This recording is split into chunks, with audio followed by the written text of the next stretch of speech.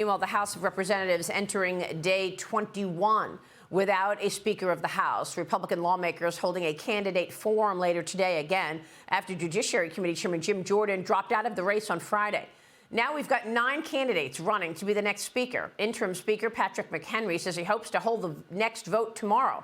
Joining me right now to look ahead is Tennessee Congressman Tim Burchett. He's a member of the House Foreign Affairs and Oversight Committees. Congressman, good to see you this morning. Thanks very much for being here. Well, this fight is continuing, and you were one of the 8 to take out Kevin McCarthy. How are you feeling this morning with everything happening? Well, we followed the rules, Maria. I wish we could have resolved it sooner. But when you have members of leadership that just keep throwing the monkey wrench into the system and just trying to wreck it, we're going to continue down this path. But good thing about this party is we have a very deep bench. Every one of those 9 members would be a step up, and I believe would be a great leader.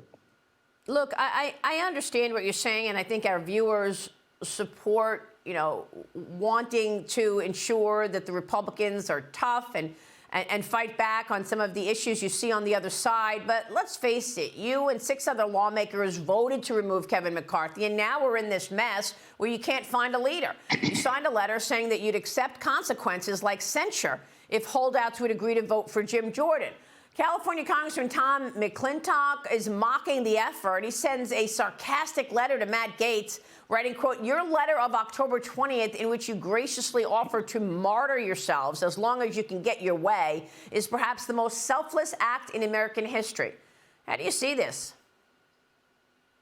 Well, Tom is a lifer. I mean, he's part of the, he's part of the machine. Obviously, He voted against term limits, for goodness sakes. I mean, who does that in the Republican Party? So, we have a very diverse group. We have 9 capable people that can handle this thing. We followed the rules that Kevin McCarthy voted for during this, which were voted on unanimously by the conference, by the way.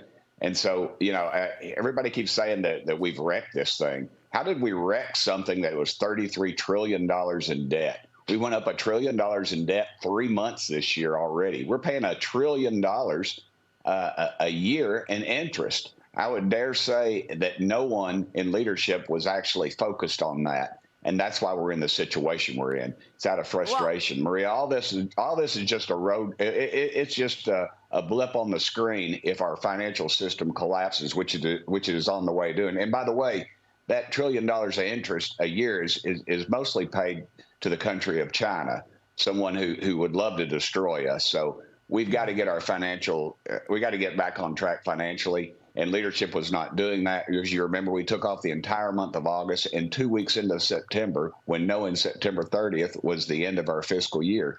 And then this past week, we were even scheduled to be off. So, when is enough enough? The American public is sucking it up. They're paying more at the pumps. They're paying more for everything, interest and everything else. And the reason is, Maria, is because Congress can't get its financial ship in order, neither Democrats or Republicans. As you recall, as you've reported multiple times, that we were downgraded, our bond rating, twice in recent history.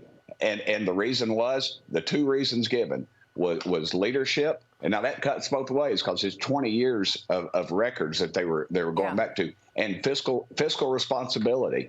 When you come back and say we're going to cut the rate of growth 1%, Maria, that is not saving anything. That is not that's Washington economics. Yeah, I understand what you're saying, but what we're not talking about right now, we're not talking about Biden family influence peddling. We're not talking about the weaponization of all of these agencies. And so, do you feel responsibility for that? Is that investigation now left for dead?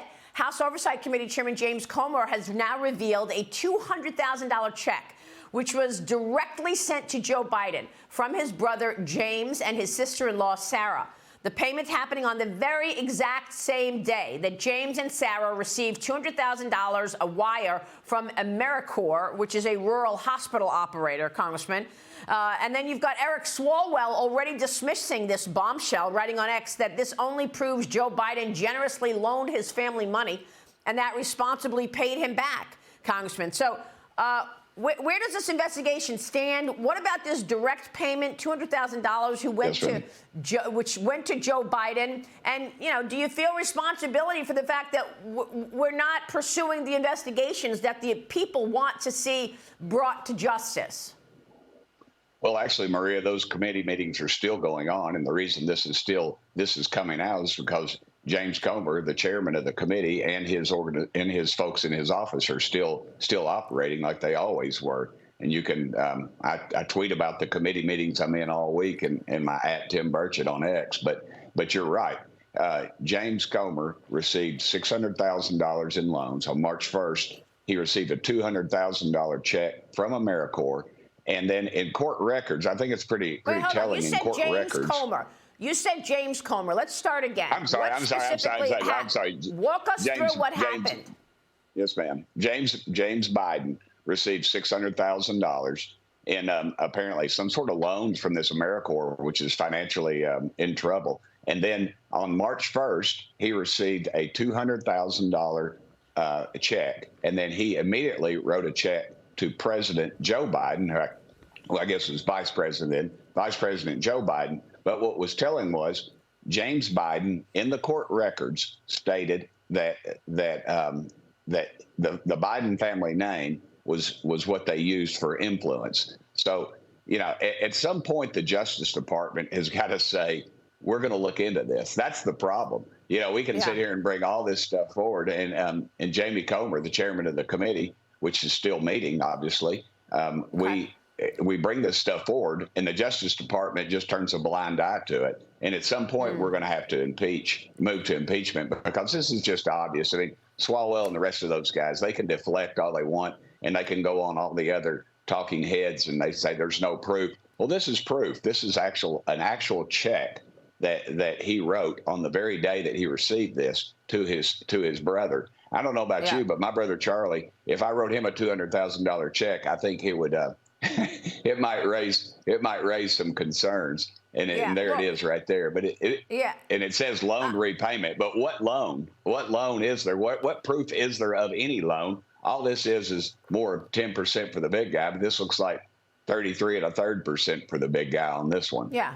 Well, I understand what you're saying, and you've got this check as proof here. But the subpoenas are not being answered. There's a lot of stuff that you're not going to be able to do because you don't have a speaker.